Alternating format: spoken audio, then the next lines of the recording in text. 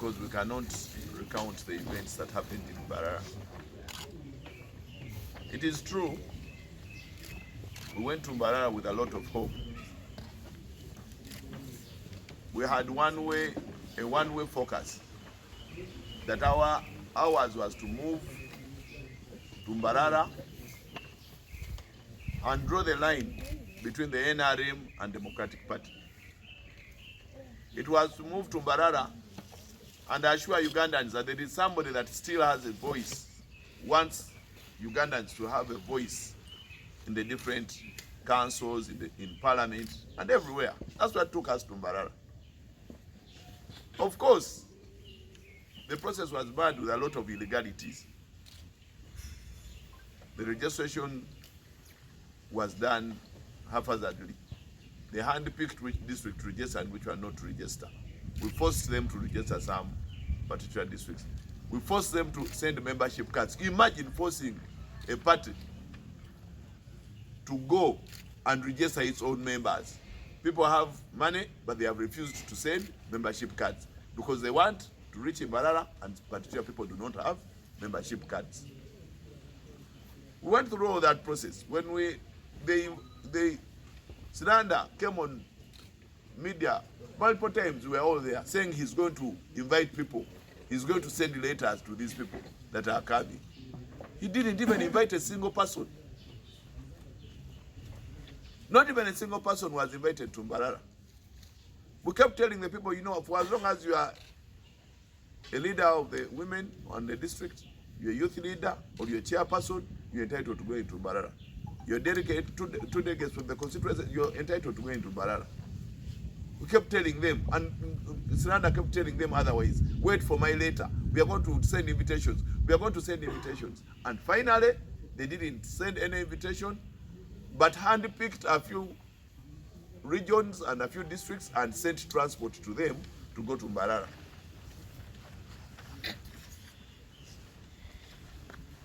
We looked for those districts that had gone on, that we had helped with the registration, that we had helped get membership cards of the party, and we allowed them to go. We reached Mbarara on 29th. People didn't have anywhere to sleep. People didn't have food. People didn't even have where to shower. A very, very painful moment. After getting a lot of money from CAS, 800 million, getting money from IRI, NIMD, name it. And the money that we get from Parliament, almost 2.5 billion by now, has been given to this party from Parliament. We don't see what it has done. The times when our former members were going, their complaint was accountability of funds. Now ours is not accountability of funds, it is accountability for leadership. Where are you showing us leadership? Are we getting more members? Are you opening up branch offices? Are you growing the number of members of Democratic? Are you training leaders? What are you doing with this money? Of course, they came up with we have bought an headquarter. We kept quiet on that because that cannot be all the money. They have bought an headquarter for 2 consecutive terms. They're buying an headquarter. So we kept quiet. What do we want? As Democratic Party, we stand on 2 principles: truth and justice. Justice is truth in action. And whoever goes off the line of truth and justice is our enemy. Straight up. The day you get off the line of truth and justice, the moment you veer off that, you are our enemy. We believe that the only thing that we can give this country is to give it leaders that are true to them and are just to them and are accountable to them. A leadership that will further service delivery, and the masses will be satisfied that they are getting the worth of their taxes. That is what Democratic Party delivers. And we are not going to allow anybody, not in this land and the land after here, that is going to come up with a leadership that is not accountable to the Ugandans. In Mbarara, I don't want to recount the events that were there. As much as people had poor facilitation, but the vote rigging was enormous. In Mbarara, we lost our principles. In Mbarara, we looked ashamed, we looked embarrassed, we are still ashamed. Actually, very many people have approached us to leave Democratic Party. People have approached me to be a president of other parties. People say, do we love Democratic Party for just the word Democratic Party? Or we can leave Democratic Party and practice our values and principles elsewhere. We are DP. We are Democratic Party. And nobody is going to force us out of Democratic Party. Not even Not even seven. I received a petition here. I received actually a letter signed by 89 chairpersons of this republic, requesting me not to get out of Democratic Party, but to fight on and make sure that this changes as soon as possible.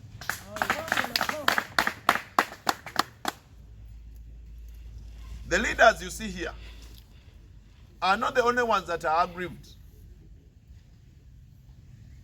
Ochaki is going to represent us in the whole northern Uganda. He has been vice president, West Nile. She, Asimwe, is going to represent us in western Uganda. She is the current representative of Bunyoro. We say let her go to the west.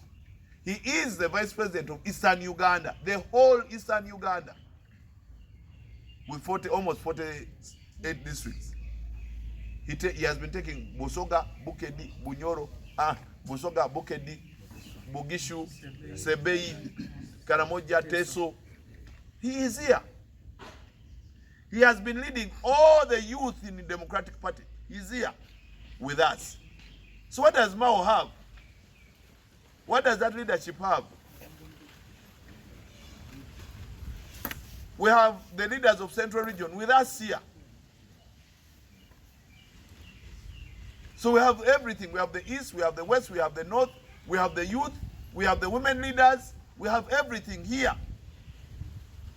And I assure you, Ugandans, we are going to provide you with leadership. We are not leaving Democratic Party. We are going to go out there.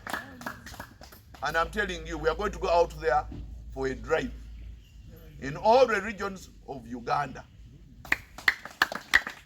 It doesn't matter whether we have to hire 3 buses or 5 buses for us to move region by region, but we are going to go out there and make sure that this regime gets to know that DP has been a sleeping giant that has been woken up. We allowed him to use Mao. We allowed him because he was an invisible hand. But the day Saleh came and Mao introduced him to our chairpersons, is the day we knew who our true enemy is. And now we are ready to fight back. We are going to fight back times 10 he saw in Mbarara. In Mbarara we were approached. After people were so angry, some wanted to burn the tent, some wanted to burn the carpet, some wanted to strangle Mao, some wanted to burn the car, they wanted to do very many things, but that's not Democratic Party. That's not how we do our things. We go back to the roots, consult, make different consultations, regional consultations, religious consultations, cultural consultations. We make come up with resources and then act. And this is the time. There's no other time but now for all Democrats, for all those that want a better leadership of this country. Be it NRM, be it FDC, be it NUP, there is no party today that can go against this regime if it has done this to us. We are the strongest and oldest. And if they do this to us, they are doing it to you, and they are yet to do it to you. Come stand with us in this fight. Because this is no longer a DP war. It is a war for this nation. Leadership for this nation. Leaders that will speak truth to power. Leadership that will be felt on the grassroots. Leadership that will give you accountability for your taxes. And that's what we are going to caucus. These people are going to go out there. We are going to go out there, get those numbers, prove to the Ugandans that these are the right leaders, and make sure that they get into parliament, get into councils, get into everywhere, get into states, because DP was not created to be a shadow of the NRM. It was created to be in the state, to make decisions, to control government. And we are going to control government, come rain, come sun. We are angry. We are in pain. But we are not acting out of rage. We are strategically planning. We know our vision, and we know how we are going to execute. We are very ready to start tomorrow. Very ready to start tomorrow. But allow us conclude all our necessary consultations. One is we are going to go to court. That one is a done deal. We are in court. Because without court, we want to undress Mao till when he has nothing left. He's the Minister of Justice and Constitutional Affairs. We are going to put a case in court that has all the evidence of what happened in Mbarara. And we know the results. But we shall put the case there and we shall fight in court. That is the first step. The second step is to mobilize all DP well-wishers and members. All members that are aggrieved from all other parties to move with us such that we further the agenda of redeeming this country. I know we see DP make DP great again. By the time we come to December 2026, it will be Uganda great again. Today, I repeat, you see DP great again. By December 2026, you will see Uganda great again. And that nation that we want to give this, and those leaders that we want this to happen, shall stand with us, shall move with us. We shall trail this country. We shall eliminate the injustices together. We shall tell them what's happening. In Busia, gold is being taken. In Tororo, they are taking cement. In Teso, and they are taking cows and everything. In Karamoja, they are taking minerals. In Lango, they are taking, in Bunyoro, they are taking oil. Here, you can't even go fishing. In every part of Uganda, in Kasese, they are taking minerals, iron ore, gold, copper, everything. Land grabbing is everywhere. Human rights have been, everything that is happening everywhere is a mess. And it is only a democratic party that can make Uganda great again. By giving it the right leaders that will speak for them. Speak for the marginalized. Be one family. And speak for everyone. And that is what we are going to provide this nation. We are not going to be relentless. And our blood will drop DP, DP, DP to our last breath. Keep on our backs. Remind us, correct us, pray for us. Make sure that we move together till when we redeem this country. I thank you. Today, I repeat, you see DP great again. By December 2026, you will see Uganda great again.